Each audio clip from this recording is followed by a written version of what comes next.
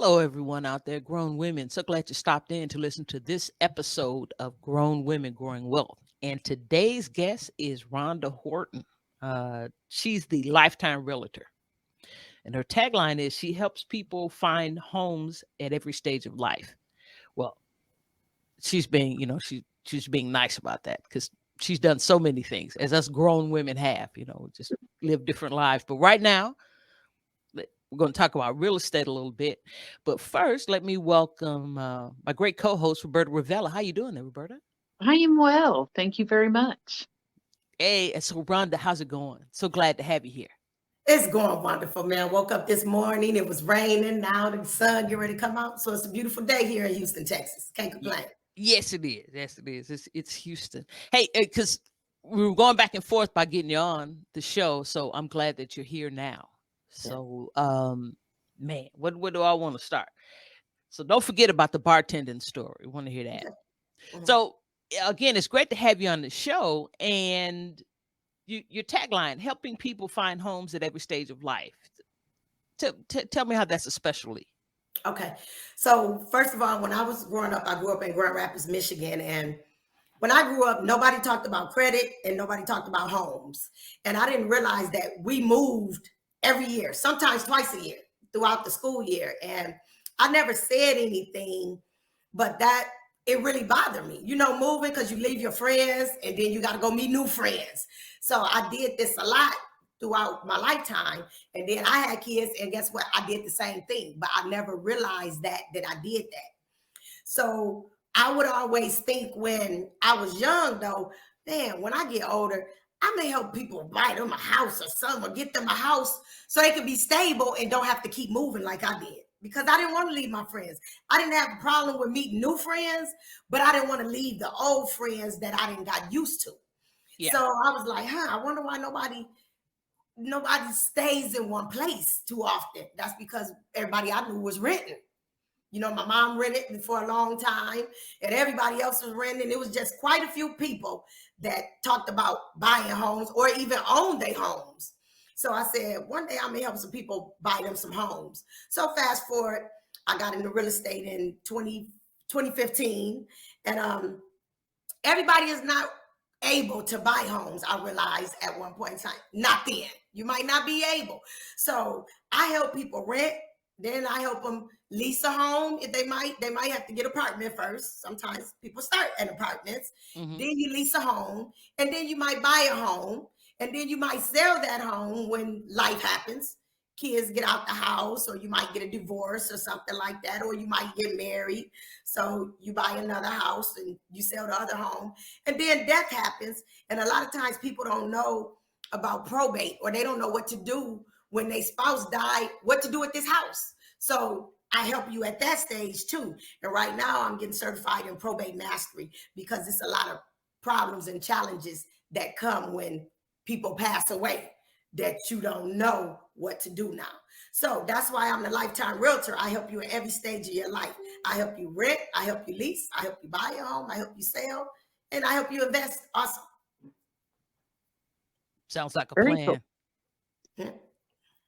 Well, one of the reasons we were excited to talk to you is we've been watching your Airbnb thing unfold on Facebook through its stages. Mhm. And a lot of people also are talking about it who are in our little circle. I'll throw a shameless plug to Tony Harris Taylor. That's Miss Networking Queen. That's how we all know each other. So I was talking with some other people in that group, and they're like, really want to know what's going on. What's Rhonda doing? How are you doing it? So walk us through the process. Like, obviously you're more comfortable with it because you're a realtor, and you know the market. But walk us through the process, and then How I got started and stuff in it? Yeah. Okay. So one thing about me, if I think about something, sometimes I don't really sit and think about it too long. A lot of times I just do it, and which that's not always good. But so it really, I didn't think about it too long. But how it first came about in my mind was right before COVID. I had stayed in a couple Airbnbs, but a couple girlfriends and I went to New Orleans and we stayed in a 2-bedroom apartment. It was an Airbnb. Nice little comfy and cozy 2-bedroom apartment. It was good enough for us. It was just 3 of us. It had one queen bed, and then in the other bedroom, it had 2 twin size beds. Had a full kitchen, couch, and it was just perfect, and it was cozy. And the landlord, the owner, she stayed in the front. So it was a duplex. So she stayed in the front, and we stayed on the side in the back. So when we came in there, we was looking around, and we was just saying, man, we really like this. This is something that we could, I can see myself doing this. And I think we had spent probably $600, something like that, on 3 days. So I'm like, man, we just spent $600 and some dollars on 3 days. This is something we can do. So we was saying, I need to get an Airbnb. So she was saying the same thing. She lives in Atlanta.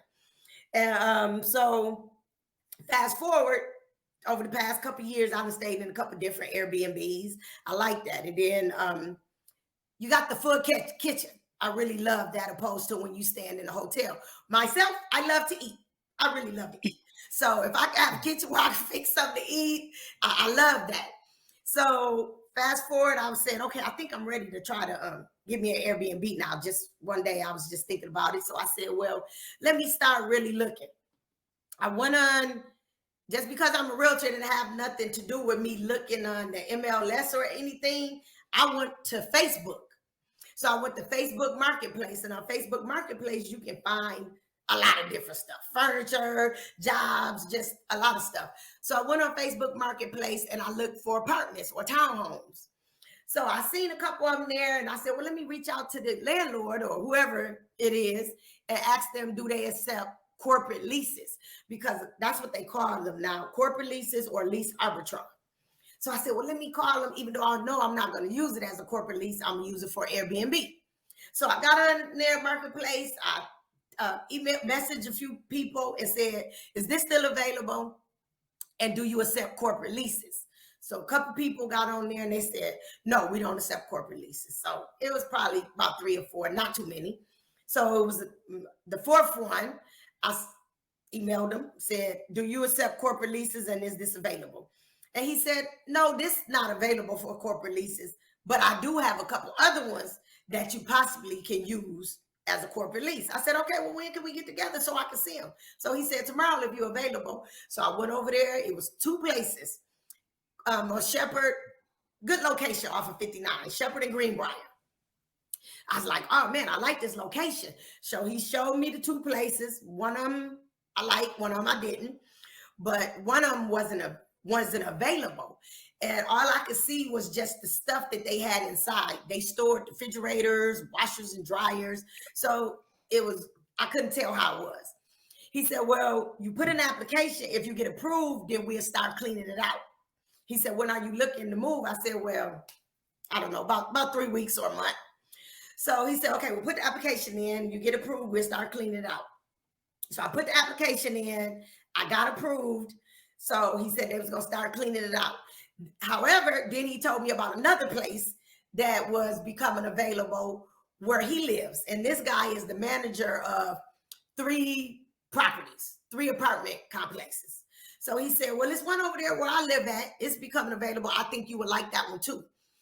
That's over in West Alabama, in Montrose area. Good location, close to everything. So it's right downtown Houston. So the location is important, especially if Houston's not a tourist town per se. Mm-hmm. So you need a location where people are looking to rent. Yes, they gonna come. I mean, people coming to the medical center. People come to get health care. So it's close to the medical center. People come to concerts. They come to the NRG. They come to Minute Maid. So all these places, the George R. Brown Convention Center is close to that. It's no more than 10 minutes from either of those. So when he told me that was coming available, I said, well, I like to see that one. So I went over there. I saw that one. The people had just moved out, so it wasn't clean. They was in the process of cleaning it. I said, I think I want this one instead of that one. And he said, okay. I said, well, when is it going to be ready? He said, in a couple weeks. And he said, but you got to put in another application. So I put another application. I got approved for that. Now, remind you, I just started my LLC. So the LLC, I didn't have any income coming in because I just started it. So I explained the situation to him. He knew what I was trying to do. I said, I don't have any income coming into my LLC, but I have a business account that I have some money in there, but you're not going to see any money coming in because I just formed it. He said, well, what you're going to have to do is you're going to have to use your own name and then do that for about 6 months or a year. Then we can change it into your business name, but get the income that you have coming in and put it into the business account. So when I try to put it into the business name, at least they can see that I got income coming in. So now they can put it into the business name and get it out of my name. So that's what I did. So I put the application in. I signed my lease February 14th, and March 7th, I made it go live, my first Airbnb. So no, go ahead, please. So by leasing an apartment under a corporate lease or a property under a corporate lease, as opposed to just outright buying it, what are the differences? Is it just because you're trying it out to make sure that you like it, or are there advantages? What are the differences? Okay, first of all, when you buy a house, you got to have a down payment. And when you're buying a house for personal use, a lot of times you can have 3.5% or 5%. That's if you're buying it for personal use. If you're buying a house for investment purposes, you need 20% down.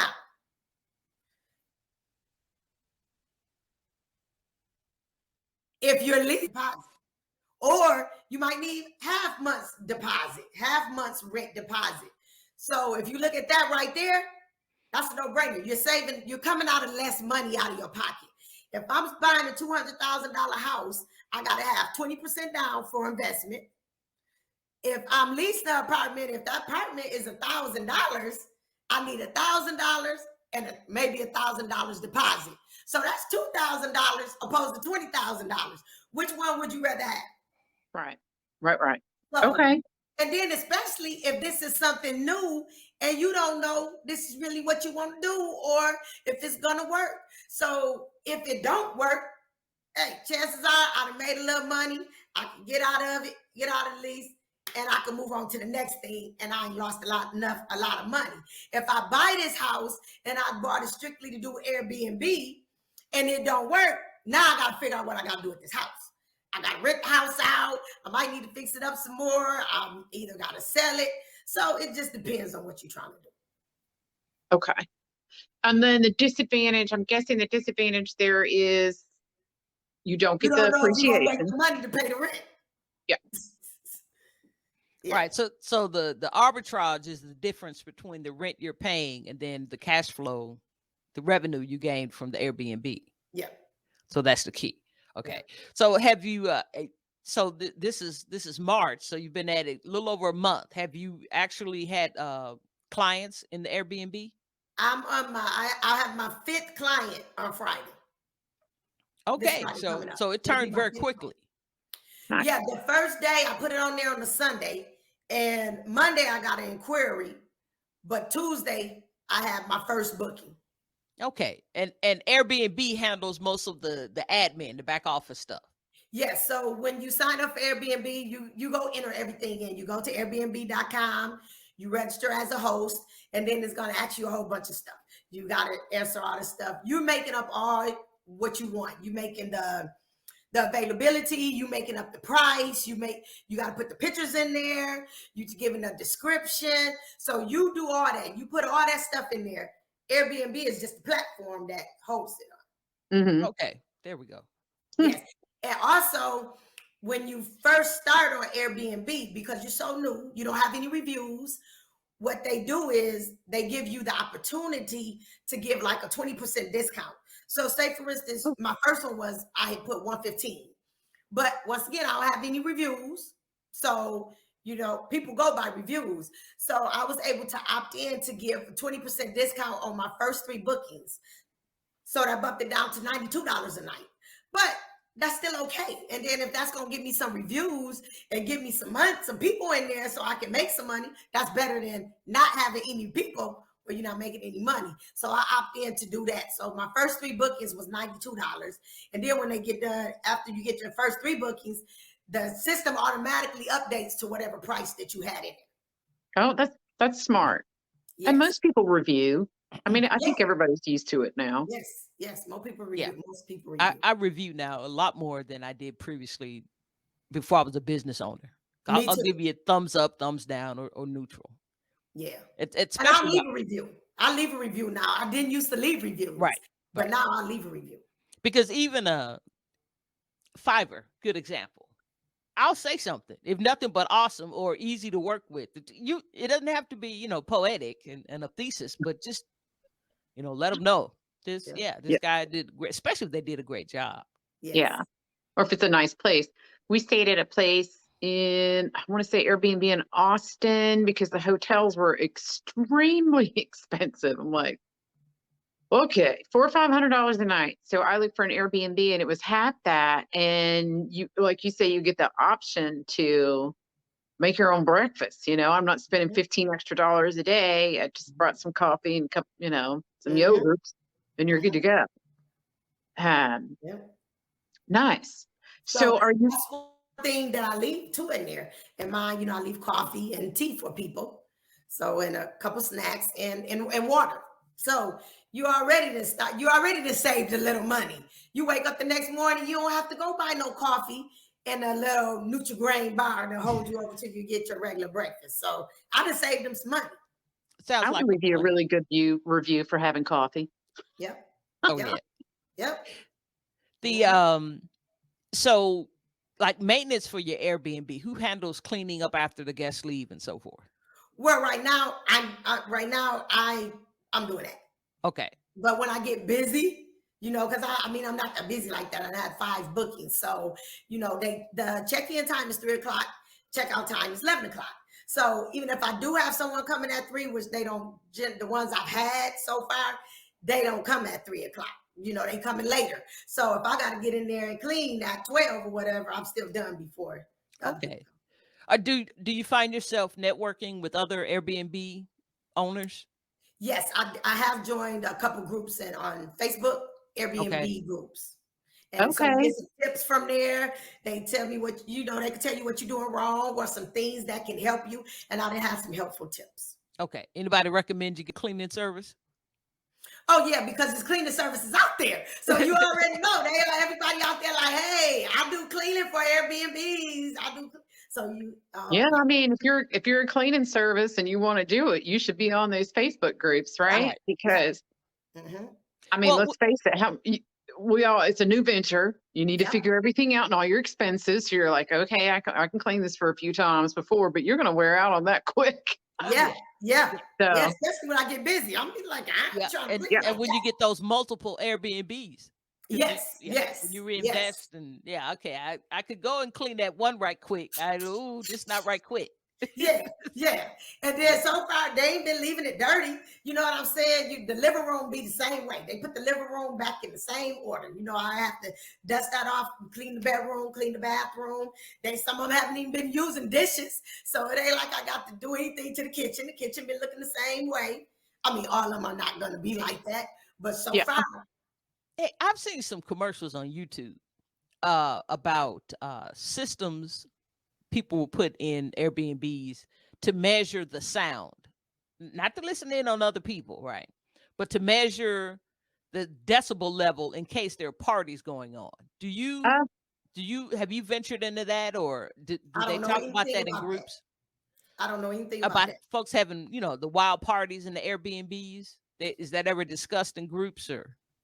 No, I haven't. I haven't read any of that yet. Okay. Yeah, I haven't read any of that yet. But I don't think I'm gonna do that. I'm not. That's too much work. If I got to do all that, you know what I'm saying? That's too much work. But one thing I can say that's gonna help me, the property manager of the place that I'm in, he stays right upstairs. Okay. So if anything happens, he can come down. He already told me I'm gonna come down there and say, "What's going on down here?" Okay. I got my built-in cameras. Well, so it's great. So of course, you said it's a corporate lease, so he understands it's an Airbnb. Yes. Well, I guess just me watching, I spend time on YouTube because of the podcast and so forth. I guess you just get the horror stories that come up on the timeline. Yeah. Had Airbnb, Yeah. and there was 100 people in there and so forth and so on. But again, and these tend to be in party spots like in Florida, spring break. Yeah, I was going to say, I mean, isn't that part of picking your location and picking your price? Yes, you're picking your location, your price, and you have to put in there how many people can stay there, even though some people don't listen. You know, like mine is 3 people. It's 3 people, and once again, I can find out how many, because he stays right upstairs. I can find out how many people that you had in there. But chances are, with the location, they want a good review too. You see what I'm saying? So Right. if you want me to leave you a good review, you gonna do what you need to do.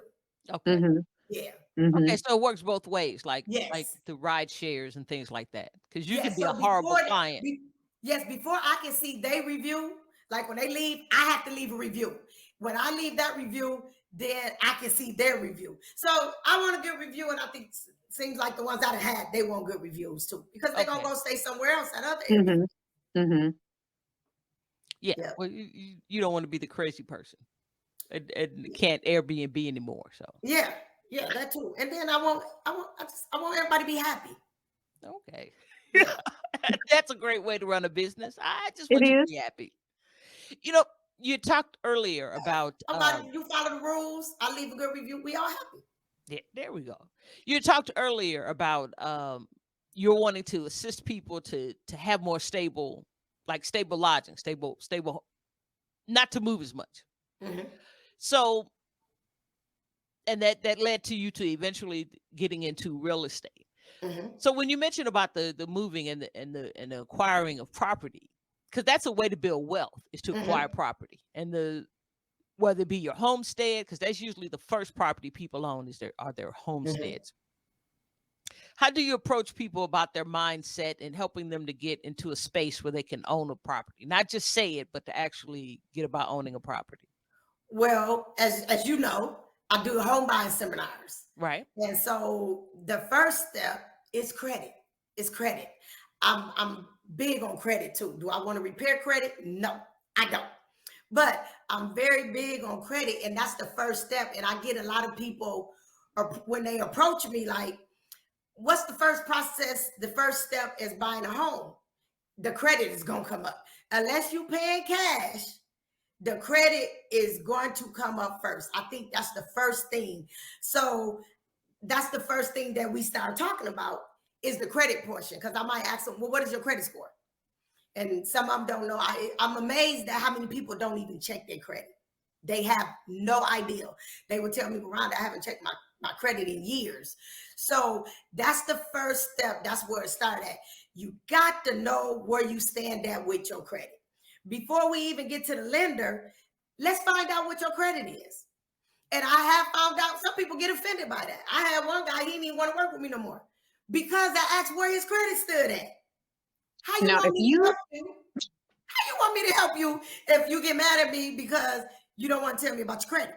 yeah, well, that's a good disqualifier too, right? Yes, We always yes. talk about when you're marketing and stuff, how do you disqualify people? If somebody wants to buy a house and they don't have cash, if you have cash, fine. If you don't and you don't want to talk about your credit, well then, yeah, thank you. Yeah, Not sure where they're going to go because, yeah, okay. yeah. Yeah. So the education part, that's what I use. I do these monthly home buying seminars to help educate people because if you never bought a home, chances are you probably don't know. And it's one of the biggest things that you're going to invest your money in lifetime. So I want to be able to sit you down and educate you on the process. And even if you don't attend one of my home buying seminars, we can meet. We can meet in person or we can meet on Zoom. And I'll go over the whole home buying process with you. No, what other steps are there in your home buyer workshop? So you talk about credit. What other steps do you talk about in the workshops? Okay, I have a loan officer. So I have the credit person, the loan officer, and then after the loan officer is me. And then I might have an inspector there because when you buy a house, you want to get an inspection. If you're working with me, you're going to get an inspection because otherwise I'm not going to work with you because if something happens, who you going to look at first? Oh, Me. yeah, the realtor, of course. Ronda helped me buy this house and she didn't even tell me that I needed an inspection. So a lot of times I have an inspector there, the title company. I like to have the title company come in because people don't know that's where you're going to get your keys at. That's where we're going to meet at the end. That's the title company are the people that's going to run the commitment on your house and see if there's any liens on the house before you buy the house. So that's very important. So I will have the credit person, I have the loan officer, I have me, I might have a inspector, I might have a life insurance person or an insurance person to talk about the insurance that you need to get when you purchasing a home. So I have a lot of different pieces. I also had H&R Block come because they tell you how your house is going to be a good write-off for your taxes. So I try to put a little everything in there because when you're buying a home, it's a whole bunch of pieces. It's definitely a whole bunch of pieces. It's like a puzzle. And Gotta if you're put 'em all not, together. and if you've never been exposed to it, because our first teachers are our parents, Yeah. and if they didn't tell you about it, How you gonna know? how you gonna know? Because as I said, you said your mom was a renter. Yes, my mom didn't buy her first house until she was, I don't know, 40 something. Right. So So she rented all the way up there, all the way to the up into there. right. So we're living in money stories that we were handed, whether it be about renting, life insurance, having it or not having it, saving for retirement, things like that, watching out for your credit. So Yeah. Well, even taking a chance. One thing I can say too, Daphne and Roberta, even if, because my grandmother did own her own house, and my grandmother did have life insurance. However, one thing I realized, they didn't talk about it. They're not telling their kids that you should buy a house or you should have life insurance. I was with my grandmother a lot. I stayed with my grandmother a lot. And I've never heard her say nothing about that. Only reason I knew about life insurance is because, as you may know, the life insurance man came every month on the 3rd and picked up the money for the life insurance policy. Right. But she never said nothing about it. Like, you need to have life insurance, or she never said that. Or she never said you need to purchase a home. I've never heard them say that. Right. Well, it's, it's in the title, Grown Women, Growing Wealth, and property ownership. And let's just focus on your homestead. Mm-hmm. That's a wealth building tool. Mm-hmm. I know there's a lot of stuff out there about rent, don't own, buy a cash flowing property first. You have to meet people where they are, and owning your own residence is the first step. Because just like you talked about, your credit, we got to discuss that. We actually got to go through it. And in many cases, that's the first time, many cases, that someone sits down with their actual TRW printout and goes through it and discovers things like, what do you mean? I never did business with these people. For real. I'm not trying to be, I never did business with these people. I don't know who this is. Or I remember one case, a client told me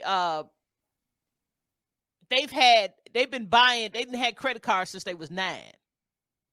They discovered things like that their social security number has been in use, or various things like this. As I said, you're living in a money story you were handed.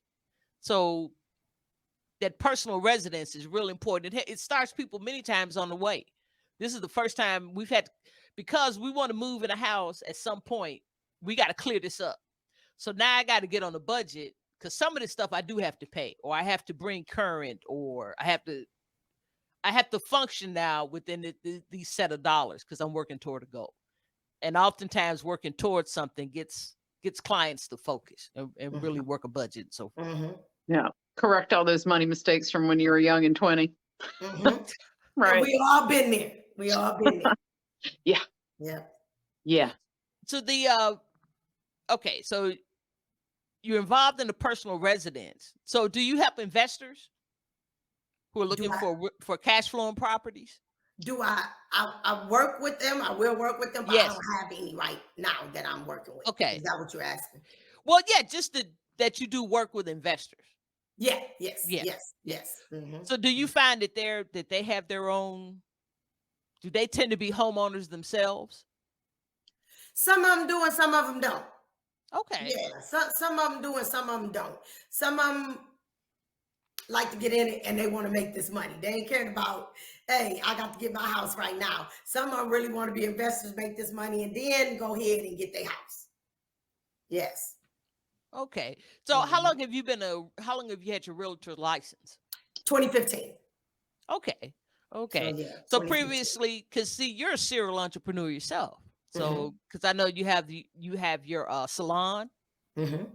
So what led you from saying, okay, a salon, which a business, Okay. and then you saw real estate. You said, hey, maybe I need a realtor's license.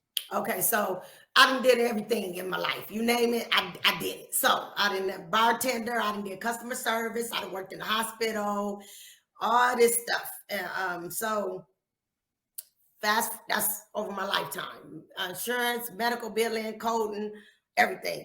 So 2017, substitute teaching, and then H&R Block. And I'm gonna come back to H&R Block. So I started doing taxes in 2014. So I was doing taxes, and my son, I have 3 kids, and my son is a hairstylist and a barber.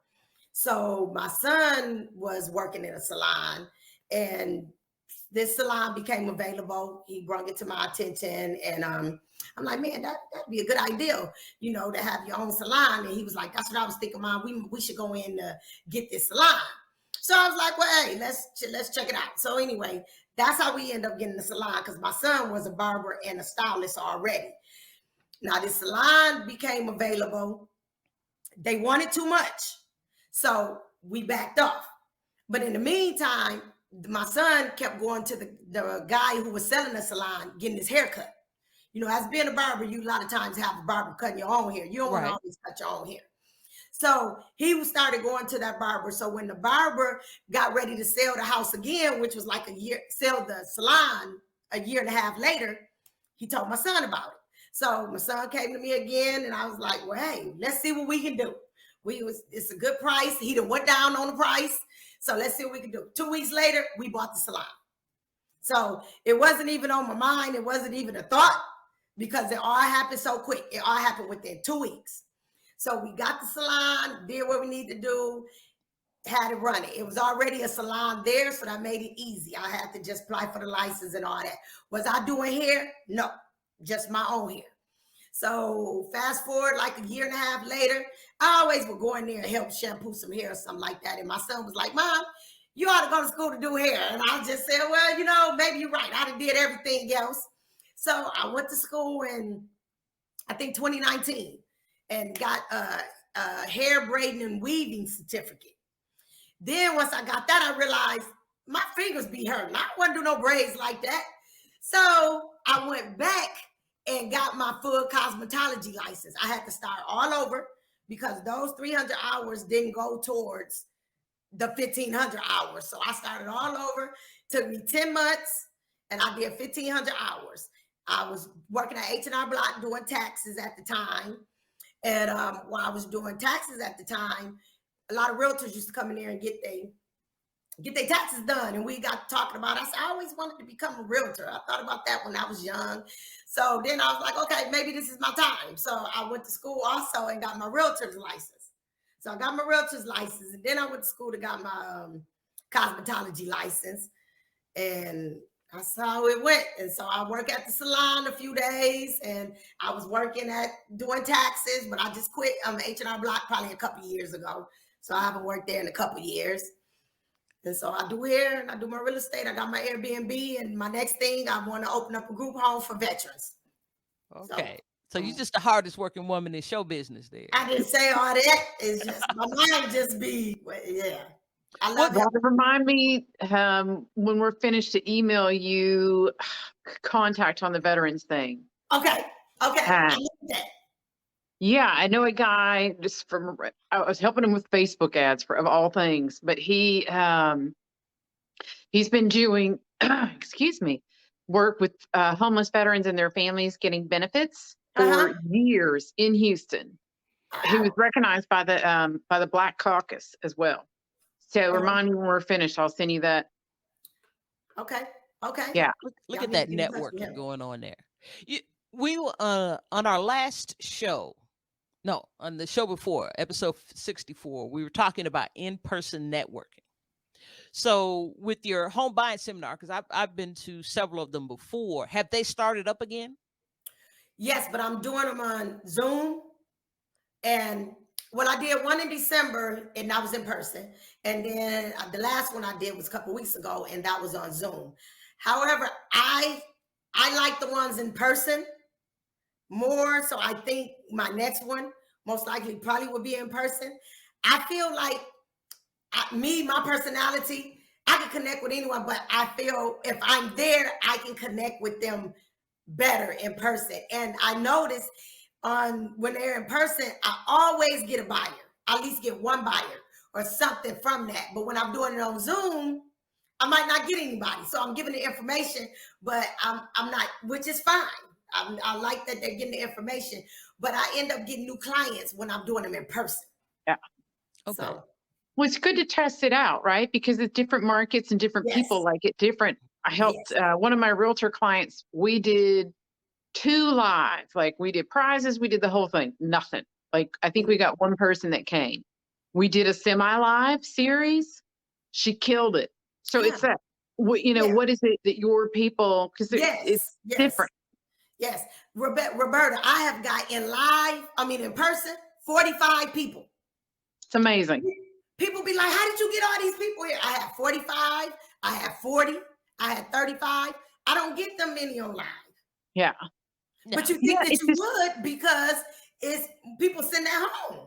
Now, actually, I think it's the investment because the time there's certain, investment. there's certain things people will sit and do. And I'm testing this, I'm going to be testing this out. Like they'll sit through some type of class or some type of like a class or a course online, no problem. But to show up, particularly now after COVID, because that's why I asked, have you started up again? Folks want to get out. I went to an event last night, and that event just wouldn't have been the same online. It was YouTube creators, and you get the Yeah. atmosphere of someone being there. We had a couple of raffles and giveaways and things like that. So I've been to some things online. We've talked about it. I prefer in person. Me too. Me too. Yeah, because I just the 10X recently occurred, and it was online. And sorry, I'll attend another 10X, but it's gonna be in person. So either It depends for me. Like I'm doing a course right now that's 2 Zoom sessions a week, mhm. but it's also online writing. It's about how to write online. Okay, that makes So, sense. okay, Okay. fine. I'm Yeah. down. I'm doing a marketing seminar next month. It's 3 days in Chicago. I don't think there's any way. I tried to do one of those type of things, Zoom before, where they do like live in person and Zoom, Mhm. and I just bought the Zoom because Right. it's less expensive, blah, blah, blah. I don't have to travel. I had the worst time paying attention. Like if I really got to sit there and focus, it's almost like you need to be in the room. Mm-hmm. Yeah. Not that I'm not focusing on the online writing, but that to me makes so much sense. Like if I'm online writing and you're online, you need to be able to keep my attention, right? Right. That's the space it's in. I Well, don't know if that makes any sense, but it's much like the event that we all were. Was it January? We were all together. Tony's November. November. November. Right. So that was like right when things started to open back up again. Well, Yeah. Texas, I don't think. And I Texas think the opened. people there, even though the people online, they got a lot out of it Right. too. But I think if you have to be there to Right. get what we really got, yeah. Right. Yeah. Right. And then there's the chance to talk afterwards Yes. and then Yes. meet and go out and things of that nature. So Yeah. that's Well, and that might be why you're always getting somebody at your live workshops, Rhonda, because somebody who's really got a question, the Zoom goes off, right? And then they've got to make an extra effort. Well, Rhonda may not want to hear from me. If you're standing there, they can walk up to you and you got your smile on and you're like, what do you need? So that connection is still fluid. Yeah. As opposed to when the Zoom goes off, Yeah. That's it. That's it. Because I know me, if I'm in person, I'm going to pay more attention and ask questions in person. The Zoom, once it go off, I might not be paying attention. I might be eating or might be over here answering my phone. So I right. didn't That even hear happens on everything them you Zooms. said. But That if does I'm in happen. person, you got my attention. Yeah. That happens. You get lost.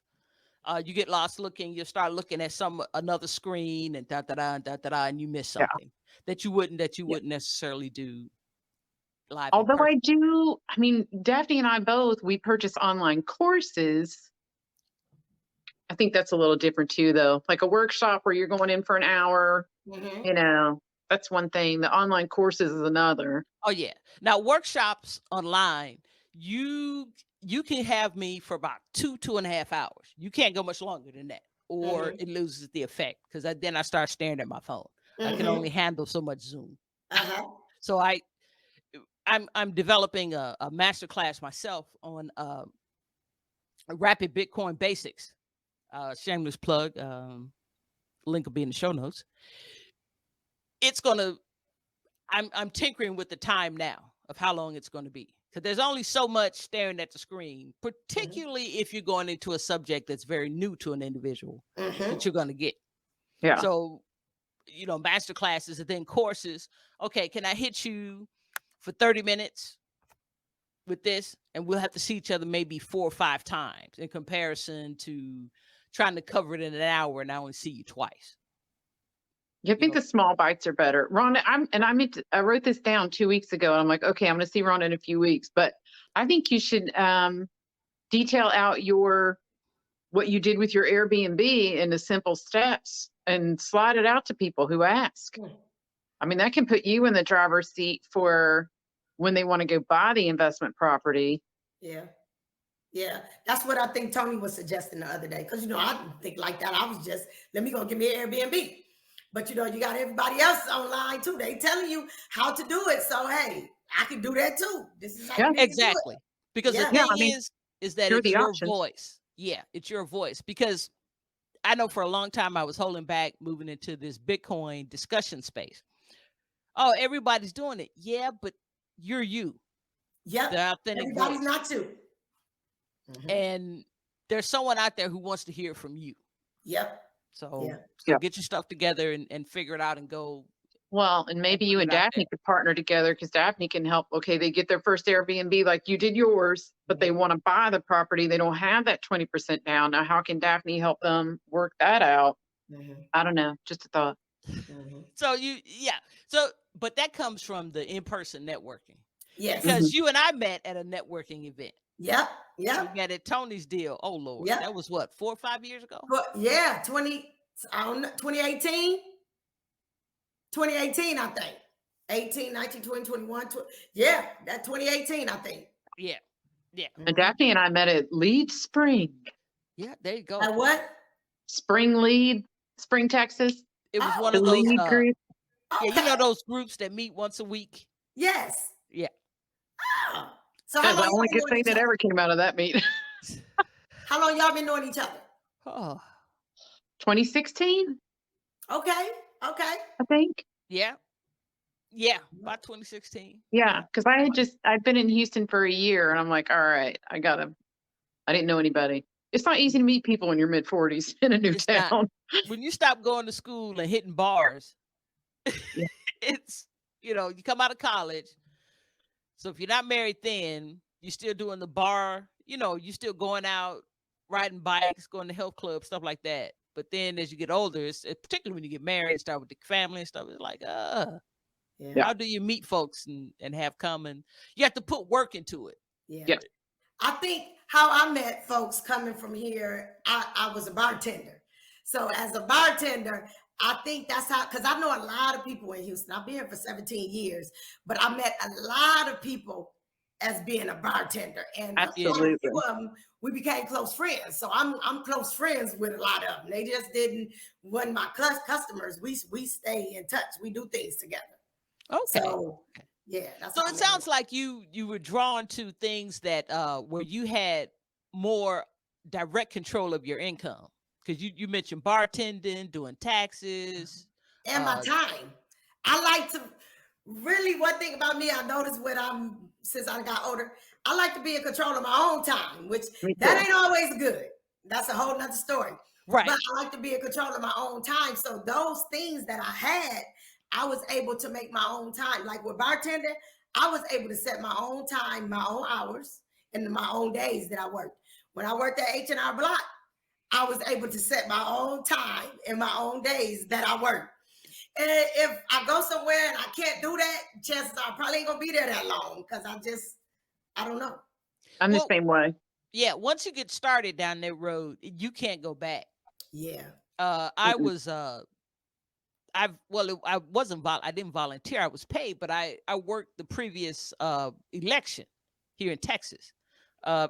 Citizen duty, right? So I went in there and just did it for 2 weeks, and then election day. But it was like, okay, we are psychologically unemployable. Mhm. This here for this amount of time, and okay, nah. Yeah. I don't even like it sometimes when I have too many things on too many appointments. I'm like, who made all these appointments? And it's me. Duh. I'm like, hold on a minute. What if I want to go to the beach? Like, yeah. No, that is so important to me, and more important to me is my time. Uh-huh. Um, I don't know how any of it, and like you say, Daphne, we're all unemployable anymore, which is fine. It makes the best entrepreneurs when you better work it out because Right, right. Because it boss just man calling ain't gonna happen anymore. yeah, Yeah. your version of financial independence. Design your own version of that, and it's Yeah. I want the ability to whatever it is you figure it out, and it's okay. You don't have to. The great thing about being at this point in life is that the justification stuff, the ability to have someone else affect how you feel about something. Girl, why you doing that? Mhm. You sure you can open an Airbnb? Mhm. I think so, but I'm gonna give it a shot. So Yeah. Yeah. that is podcasting, and is that a job? Sure it is. Yes. It's mine. Yep. It's mine. Yep. It's mine. No, I have a weird question, Rhonda. Those things are fully furnished. So did you specifically look for a fully furnished No, place? I furnished that. You did. You have to furnish them. Okay. Yeah. Yeah. I'm sure they probably got furnishers out there, but you're gonna pay more money. You're gonna pay more rent for a furnished apartment. But Yeah. no, Yeah. I have to furnish that. Okay. So yeah, so like I said, I got it on February. I signed my lease on February the 14th. So the first week I didn't do anything because they was working on it. So I took about a week and a half to get everything that I needed. Went different Okay. places, marketplace, at home, bought stuff from people. So it took me about a week and a half to get it furnished. Put it all together. Yeah. Yeah. But I guess as long as you're renting it out for enough money, you can cover that expense pretty quickly. Yeah, you can. No, no, not if you rent it out for enough money. You got to get the renters. You got to get the renters. That's the thing first. You Yeah. got to get the renters. Yeah, you can So even have it for $80, $90. If ain't nobody renting it, you ain't okay, gonna get it. so Airbnb, because I've never Airbnb, so I've never gone to the site. So is there a marketing? Are they very restrictive of how you market, or you got some leeway? I mean, how do you make your place stand out from other places in Houston? Well, I was told you need to go on there daily and change something. Okay. Oh, The algorithms, yeah, I was told this in the Airbnb group because Okay. I didn't know this. You know what I'm so that saying? needs to go in the Airbnb guide when you write it. Yeah, yeah. So you need to go on there and tweak something. You might have lovely one bedroom in downtown. Tomorrow you might want to put gorgeous one bedroom by the medical center or the Galleria or something. But you need to tweak it. And also in your description, you want to put those things that like the Minute Maid Park medical center, Galleria. Those things I read somewhere in my reading make your listing stand out more too, Right. opposed to just saying you got a one bedroom apartment downtown. Right. Well, Yeah, that helps with getting seen. yeah, Yep. because that's SEO. That's Yep. long Yes, It's tail. yes. definitely Because SEO. I'm going to Miami Sunday, and going to Miami Beach, not Miami Beach, and I was looking for a certain location. So I typed in the particular Miami Beach Convention Center. This is where I want to be, and I want to be within walking distance because I don't want to be walking distance. I'm going to a convention, so forth. I want to be as close as possible to hang out to get the whole atmosphere. So I would get that about Airbnbs. Because when the Super Bowl came to town, and they were talking about how the Airbnbs, the rate changed. So you do get to adjust your rate. Yes. I can adjust it every day if I want to. Okay. And So of course, go ahead. also, it's a spot in there where you can select that they'll change it depends on what's going on. So say for instance, you got your Airbnb at $90, but everybody else around you at that got the same thing that you have or whatever might be going for 100.